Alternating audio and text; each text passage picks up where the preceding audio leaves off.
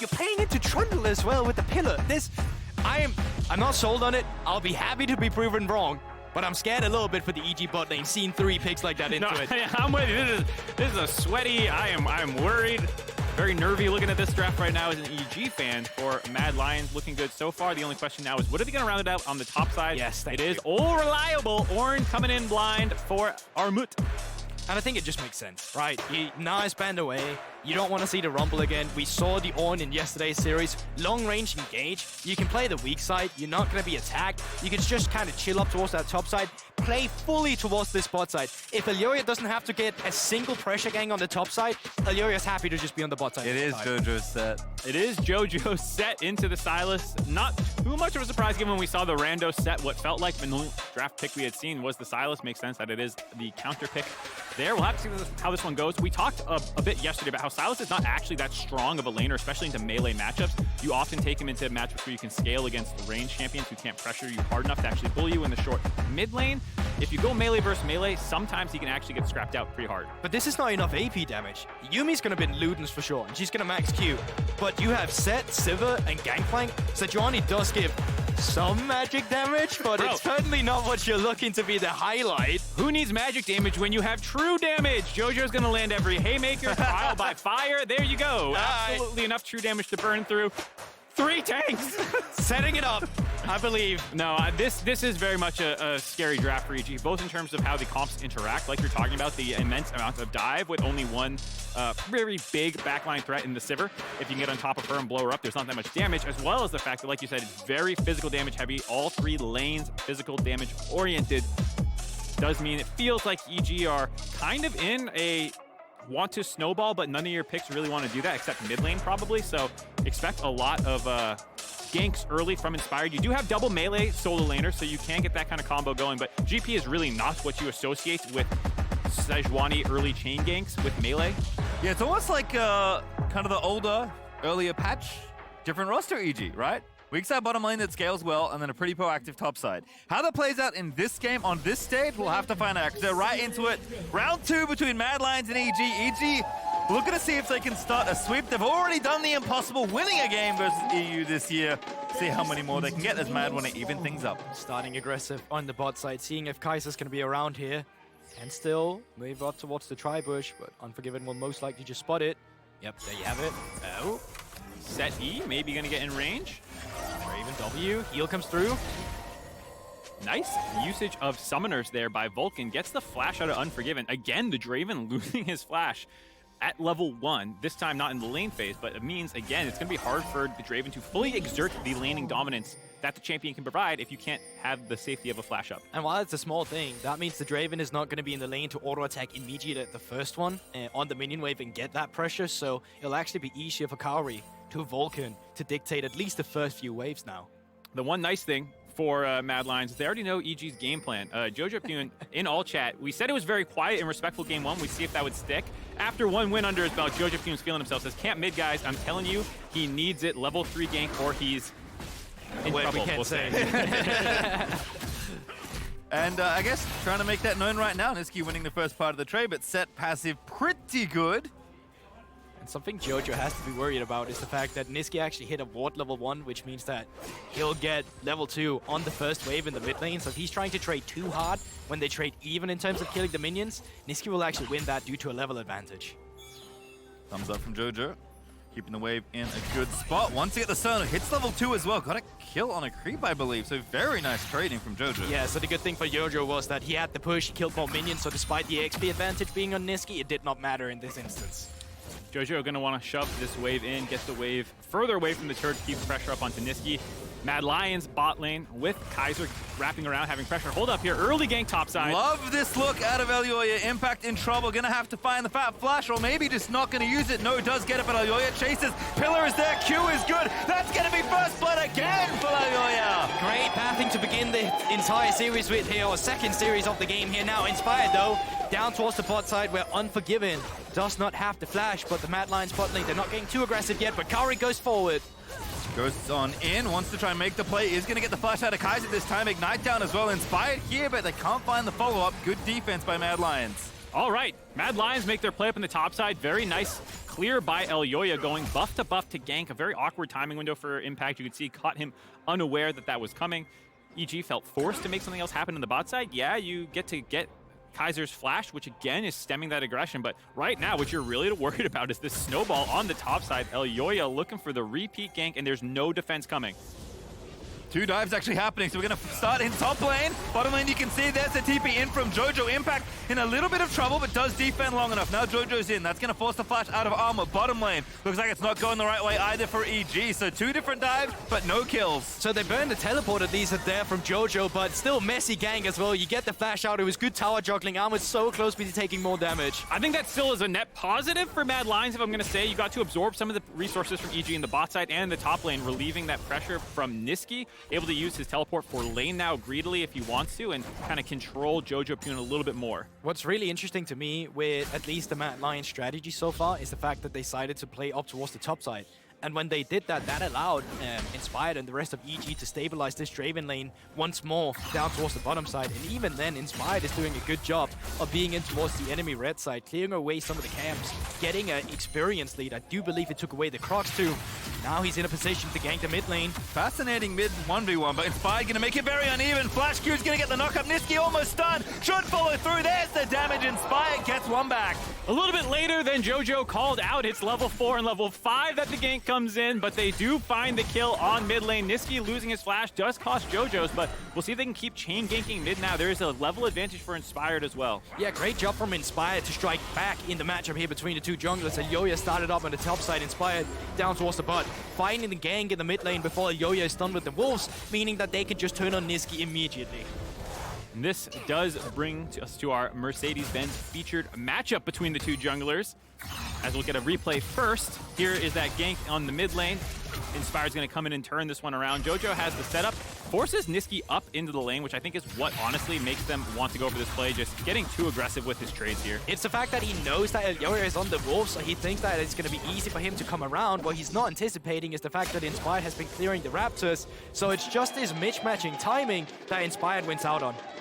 Where I was going to go with that jungle point was that it felt like Elyoya and Inspire kind of took over the scene, came and rose to prominence in EU around the same time, becoming the next up-and-comers of the jungle class. You know, you have old man Yankos still holding it down, but this was kind of the fresh generation. And I think for Evil Geniuses, being able to get Inspired on their team has been huge for them this year. Probably the entire reason that they have had this insane run that they've had out of nowhere. The MVP of the LCS in summer. Yeah, shout out to the RLs and shout out to Inspired finding another gank as well, trying to push in that top side instead. But Armored, he's not going to overcommit with the dash in this time around. Yeah, the expectation back on the jungle is definitely that they would control the pace of this game. Elyoya obviously a bit more aggressive, a bit more carry-oriented, but very flexible for both of them. Inspired's been a great shepherd, a great babysitter in some cases of young Jojo Pune. But so far, so good as both junglers find early success. But Elyoya lining it up here onto carry. Jojo's roaming in, though. Yeah, has Vulcan attached to him as the Yuumi. Still don't think he wants to take that 2v2. I mean, it could have been good for EG if the dive had actually happened. Now the dive comes around, but they dove it away. Good delayed look, but actually Elyoya taking too much damage. Level 5, Jojo's still here. Elyoya does not have flash. Barely not back up, and carry just picks up a freebie. Yeah, and it just feels like so good movement coming through from EG. They know Mad Lions wants to go for a dive. They have their members arrive. They have the Cannon Barrage ready too. And for Mad Lions, that is just a pure overextension. You forced that dive too heavily. I feel like we just caster cursed them. The fact that the GP6 comes in, clearly not communicated, but also Elyoya so far ahead of Kaiser. Look, he's tanking the turret before Kaiser is in combo range. They're trying to get that play before the Vulcan can get back under turret, but there's just no way that that's ever going to work. Probably even without the GP ultimate, even if you do get the kill there, you'd still be stuck under turret with Jojo collapsing. So definitely feels like Mad Lions felt the pressure a little bit on wanting to make that play work. Spell shield, like Kuhlberg said in draft, does get stunned. Oh, the trample coming in hot. Gonna force the flash there after the ignite, but here's Inspired. And that's how it's supposed to go. It'd be nice if a pillar was around too. So I feel like just Mad Lions, it goes back to a problem I've had with them for a long time. Playing through that bot lane has really not been one of their strengths. And you see it here. I think EG even punishing it. EG's been doing such a good job to have better movement down here. You can even see it now, despite Matt having the push, Inspired is around. He does have level 6. So if overextensions come through, they can just commit to turn.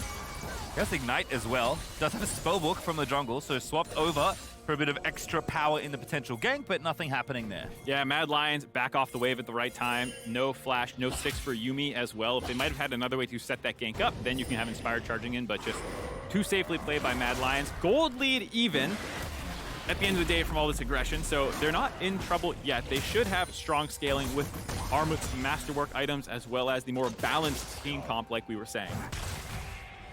Drifter will also start a build by Elyoya, so that should be some extra gold going over to Mad Lions, even if they just dump it for a couple of plates. Things going well in general though across the Rift. Again, another even somewhat slower early game here is a lot of tactical trades, I feel like. Again, these junglers really leading these teams in different ways. It's not surprising to me that the first 2 kills were split between them.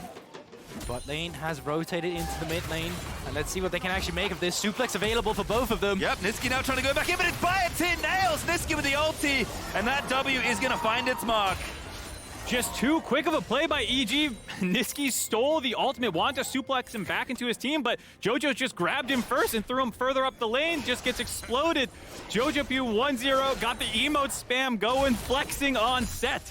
And we talked about the mental advantage. Inspired hitting a fat XD in chat as well after that play too. Oh no. So definitely on the Rift, things are going really well for EG and even between the banter of the two teams. I gotta say as well, Vulcan's gotten out of lane a surprising amount of time for a Yuumi in a Draven-Alistar matchup where you're supposed to be babysitting Sivir. I think this speaks again to the trouble Mad Lions bot lane has had. He wasn't needed there necessarily. The play had already gone in their favor, but that was going to end up being a 3-for-3 if it was a more extended sequence. And so EG have done a pretty good job of answering all this early bot side aggression. Yeah, it just feels like aggression is coming through from Mad Lions. EG has to respond to it. And even now as well, Mad Lions have an aggressive tool with the Rift Herald. I'm looking at EG to see how are you going to respond to it again, because the clear strategy would be to go for the bot lane. It would to be get the Draven ahead, get some plating on him, but you can also see it from the movement around the map and the way the camps are lining up for Inspired. He is pathing down towards the bot side. Armut here as well. Niski still has the ulti hijacked earlier. Jojo, though, kind of baiting him here, doing sit-ups in the middle of the lane. I will say, for how well the Victor went for Jojo last game, love to see flexibility from the young'un on this set. Looking really nice in this counter pick. Happy to give Silas of all champions away to Europe. Inspired able to smite that blue buff away. Set obviously not needing it, giving a little bit of extra gold and experience over to his jungler. One of the nice advantages of resourceless mid laners. He has to be careful though. He's feeling himself, he's flexing a lot, but EG still have a lot of work to do to come out ahead in this game. We talk about the scaling, the Rift Herald coming through. Draven still has his stack, so while they have not been able to convert yet, there is still that ticking time bomb portion of the Draven kit. It does not need to go instantly in your favor. Now Drake has been spotted up. Inspired does have the ultimate if they want to turn Jojo's around, and Mad Lions might get pinned. Oh, the suplex looking for Unforgiven. He had to flash forward, but Jojo still in the mix, getting a little bit low though, but another great face breaker. Gets his way out of there. Vulcan gets the kill. Heals up the set. Niski caught completely unawares. And EG as Jojo dives in, finds a beautiful team fight. And that is just a dragon gifted right over to Evil Genius. Mad Lions, they start up the objective, and EG, they just pincer them down. Niski gets over aggressive. Jojo starts it all up with a great suplex, and Vulcan onto Yuumi keeps them all stabilized. Inspired doesn't even land the initial ultimate onto Unforgiven, who is pincered between the bot lane and the jungle mid combination. He has a nice flash to avoid getting the suplex damage. He kites it out, but that has left the Kaiser alone to be focused down, and then Niski greeds out for the kill, but Seth at low HP is his comfort zone. The shield, the healing that can come in, keeps him alive, as well as Vulcan switching over to heal him up. Nicely done, as also Kaori continuing to be the bearer of a lot of good news as far as gold goes. We said it. Looked very tricky to pick Sivir into the known Draven. Also with Yuumi, they're very weak bottom lane, but he's reaped all the benefits. 2-0-1, Kraken Slayer already done. The only mythic on the other side is the Frostfire Gauntlet there for Armut. So gold heading in the right direction once again for EG, up 2,000. Looking good though. Jojo Pune, the hope of NA, the young Zoomer. He was heralded as one of the best talents North America had ever seen this year. There's a controversy about who EG should select for their mid laner. People have been debating it quite a bit, and they went with the young gun in Jojo Pune. He's backing it up, showing us the right choice thus far on the world stage. That's Inspired. That's so cute. The spellbook TP down the bottom. That is actually incredible. Question is, can they get the Herald? They do, can. and actually they're going to keep going. Vulcan finds the first ulti off the book, and now Inspired finds the follow-up, but the damage isn't quite there. Carry needs to get in range, but the Qs are going to keep on coming. Mad Lions get away there. That is the most proactive jungler I have ever seen in my life on that Sejuani right there. Moving up towards the top side, you need a stabilized spot. I'm right down there. Inspired having a massive performance in this game as well on the Sejuani of all champions. He has secretly been an incredible tank player for the side of EG. In their playoff run, had, I believe it was a 9-kill Sejuani game, soloing out late game 80 carries at 6 items. Huge fan of the Anathema's chains, which allows him to lock down targets and then solo them out himself with Sejuani's % HP damage. Now Jojo is hitting the plate, he's gonna get it. Does ult Niski going now the other way because he has to run out from the situation he just finds himself in. He's literally dueling Niski between 2 towers. Oh, ultimate does not connect, but the big thing for Jojo here actually that he's denying Niski so much CCs by doing this. Jojo picks up a play by himself. Jojo's the one who pushed in the wave, and Niski's spending his time not last hitting minions, but trying to kill Jojo unsuccessfully. And I have to call out the man who might have given EG the dark tech about set. Bwipo in the regular season had a game against Impact where he dumpstered the topside matchup. I believe it was like 6 kills in the first 10 minutes, turning 1v2s, 1v3s. EG might have taken a note during that game and said, hey, pretty good into melee matchups. Might save this one for a dark day. Against Mad Lions and Worlds, that's a dark day, I guess. I mean, I'm feeling it like it's a dark day at the moment, but... Maybe for you, I'm sorry, my friend. Do not worry about it. We do enjoy the good League of Legends, and we do enjoy seeing how EG has actually piloted this so far, especially with the players who's been under so much flack. Even Vulcan on Enchantress have been good this game. His movement on the map has been super solid, and Kari has been a position under so much, well, can you play Caitlyn? Can you be the carry we need? Can you be the Danny-style AD carry we're looking for? Well, he's playing a scaling AD carry right now. And that's the thing I was going to say, especially in the last game with EG finding so many different flanks. I feel like they've read Mad Lions so well. Whether that's vision or just good intuition and good map play, it doesn't feel like Mad are necessarily doing that much wrong, but every time they go for something, Inspired especially is always in the right place as we have this Herald fight. See if Mad Lions want to contest. Turn on to Armut. Buffer's out, still has to flash, and Vulcan now going to follow up again. So much CC on this team, and the Tankiorn's not going to live. On the other side, though, Jojo single-handedly keeping them away from the objective. 4 Lions standing, and just 1 Boxer in the middle of it all, scaring them all away. Love that play from EG. Love the call of the Boxer as well. Heyo, that was, I was about to say, it's not a back-breaking situation yet for Mad Lions. We talk about what's the goal deficit that you're okay piloting this comp from. I would say, you know, 2 to 3K at 15 is around the breaking point. They haven't had, I would say, the back-breaking play quite yet. Still all turrets available for Mad Lions. They haven't lost one, but losing the Rift Herald right when they were moving up to contest meant that they committed the resources so they couldn't take the bot lane turret with Unforgiven or something during that time. I'll break the back of those Lions then. You have a Rift Herald available for Inspired. You have control in terms of dictating the rotations currently as well. You're just 1 push away towards the bot lane right now where you get open the first turret, then the next one. Drake spawning in 10 seconds, so this is a beneficial fight for EG as well. Mad Lions are going to be losing a lot, so this is crucial for Mad Lions. You cannot back down now. Gonna be tricky. GP already down to the bottom side. Kaiser gonna start it off. That's a beautiful pole run. Finds him, and Jojo finds, I think, 3 off the stun. And oh my goodness, Kaiser just explodes to the facebreaker. Inspired dashes away. Jojo, though, is finally fouled. But here comes Impact. Big barrel combo attempted with the flash aggressively in, but it does not connect. The Mad Lions might have got away with it, but Siva with the UV attack is going in. But there's the shutdown. Niski turns it around with Armut there, but Impact is still going. They have extra carries. Unforgiven forced to flush away as the Sejuani prison snipes out Unforgiven, and Alyoya and Kaiser the only 2 left, and Alyoya not long for this world. EG get the delayed ace at the Dragon fight. Mad Lions kicked that one off, had an okay angle, but it was on the 2 beefy members of EG. They could survive through that initial burst, and even though it wasn't the cleanest fight, EG still walk away. Here, there's just so much tankiness for both JoJo and Inspired already this portion of the game. You also get this fat haymaker with just 500 true damage. Like I was saying, half ironically, there's a lot of true damage to deal with the beefiness. Here is the angle where I think it's over, but GP, I see what Impact wants. He wants the flash triple barrel chain to not get the third barrel out there, and that led to that awkward situation. No ulti, 1v2 JoJo, took out the tower, looking for Kaiser. There's the W, does a lot of damage, but now Niski's in there, finds the showstopper, but JoJo's ulti is cooling back off.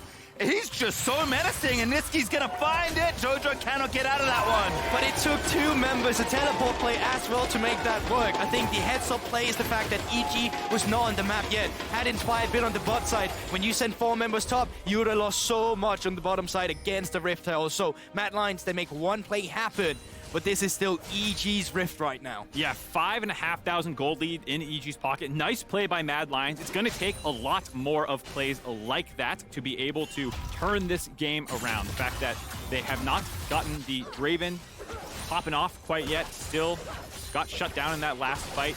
You're going to have to do it the hard way now. Side lane pickoffs, making plays like that happen. And EG just been so on point from all fronts is this game. Like, quite often, between both teams really, we only highlight a couple players when they have the victories, and then there's another member who might have been a bit sloppy or something like that. But in this game from EG, they've all just been performing. I think it goes back as well to the side of Mad Lions. They've really struggled playing through their bot side this time around. They had all the tombs they needed for success, but they'd not found it. Big Kaiser flank, yeah, this is not a bad angle, but now they're gonna spot him. JoJo in the front line, but again, relatively tanky. Pops the W, shield is off now. Armor with a decent ulti, but that's a great zoning ultimate out of Orcanon, ironically, as Kaiser now gonna be caught out of position in EG. They find the pick in the pincer. Not enough gas in the tank for Mad Lions, and EG, they just split apart that fight so cleanly. You can see it, just Kari and Vulcan channeling the entire Mad Lions away with the Lost Chapter, and the rest of them are just, well, beating up the poor cow who tried to go on a flank. Yeah, at this point, the front-to-back team fight for Mad Lions is not an angle they want to take. There's just so much damage in the front line of EG that they're willing to scrap this out. Armut versus JoJo Pune and Inspired. You can see that he's forced back. When the rest of the team tries to channel through this flank, that's when Kaiser wants the angle, but they just turn onto him, combo him down, while, like you said, Kauri and Vulcan keep the rest of Mad Lions away with the GP ult as well. Their coaching staff feeling good about that counter pick that they were willing to break out here in game 2. JoJo getting a little aggressive, luckily, Pillars around. EG in a position where they can play on 2 lanes, but Baron still not on the map. Gotta get out. That's what I thought was gonna happen. Armut just channels the TP, knows what's up. Was getting wrapped around there by the rest of EG, who have taken over this Rift. Almost 7,000 gold ahead, and that number is not slowing down anytime soon. Kaiser, no ultimate. I don't know if it would have mattered, but yeah, no ulti, definitely dead. I mean, the gap close pick potential for this EG team. The speed ups from Yuumi, Sivir didn't even need to pop her ult there, but again, they could have had that option. Inspired's long-range snipes with a Q ult combo. What's so big as well about this is that you took away all the wards. You can only use ping wards to get aggressive now from the side of Mad Lions, and that means EG, they can just get aggressive on the Baron. Impact still has to teleport, so he can get aggressive on the bot side, TP up, and now Mad Lions, they have to forfeit the bot wave. They can only move into this Baron.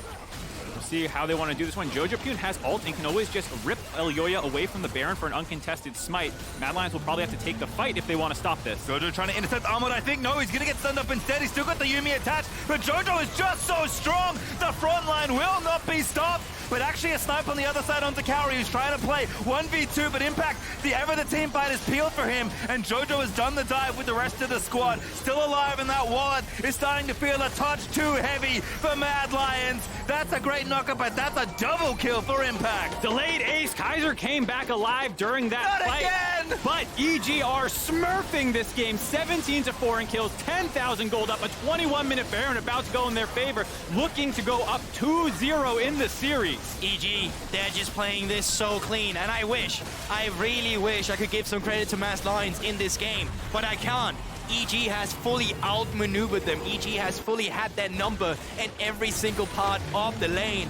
and it comes down to the point where it's a 5 versus 4. They're looking to just get some team fight going for them, but EG immediately turn off the Baron and start hunting down members of Mad Lions. A 761 true damage haymaker to the face of Elyoya forces him out of the fight right away. It means that there's no one helping Niski on the backside of the fight. He was 2v1 there, trying his hardest, but everyone else was getting destroyed by the Bash brothers of Jojo Pune and Inspired. They ran the regular season of North America. They had some struggles in the postseason, but these two guys still on form.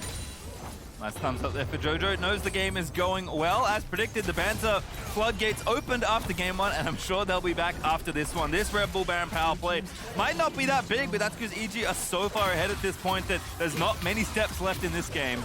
No, they're grabbing the Dragon. They're giving the turret bounty over to Niski in a second here, but they're going to be trying to break the bot inhibitor during that time. I gotta say, EG getting the better. You talk about having the game plan downloaded for Mad Lions. I'd also say even in draft, the red side counterpick of Rumble did almost nothing in that first game into Impact. This time, EG showing the power of a properly utilized counterpick in the mid lane, shutting Niski's first pick Silas down. Even going forward in the series now, it's a question of, do you have to start banning Set? Can we no longer first pick Silas? This has been a huge wrench in the game plan. No, I still really believe that Mad Lions draft was one that was easy to play in the early game, so even more credit to Evil Geniuses, who completely shut it down, found their own way back into the game, and despite the damage profile being so mixed, yes, you still, not so mixed, yes, you still have the true damage from Set, it just does not matter in the game when EG is so far ahead of the curve, and they're just completely stomping them. Luden's Yumi is doing work, by the way. Falcon has been sniping Unforgiven for the last minute or so in this siege. Yeah, Niski got 2 towers, has to come back though again. They're literally just tanking 2 Nexus towers, EG! You can't be doing this on the world stage to your opponents. The Yumi does go down as Unforgiven gets 1 back, but the Bash Bros are back in form as Armut will be slain, and everyone else still left alive as EG look to end this game. 3v4 defense. Vulcan did die in that. No one to keep people healed up. Jojo Pune gets helped by Kaiser as well in terms of pushing the haymaker forward. Unforgiven is going to try and find his way out, but Cowrie now going to put the finishing touches of EG's game. 2-0 now up on the Lions. Welcome to Evil Geniuses Rift. Currently score 2-0, led by NA.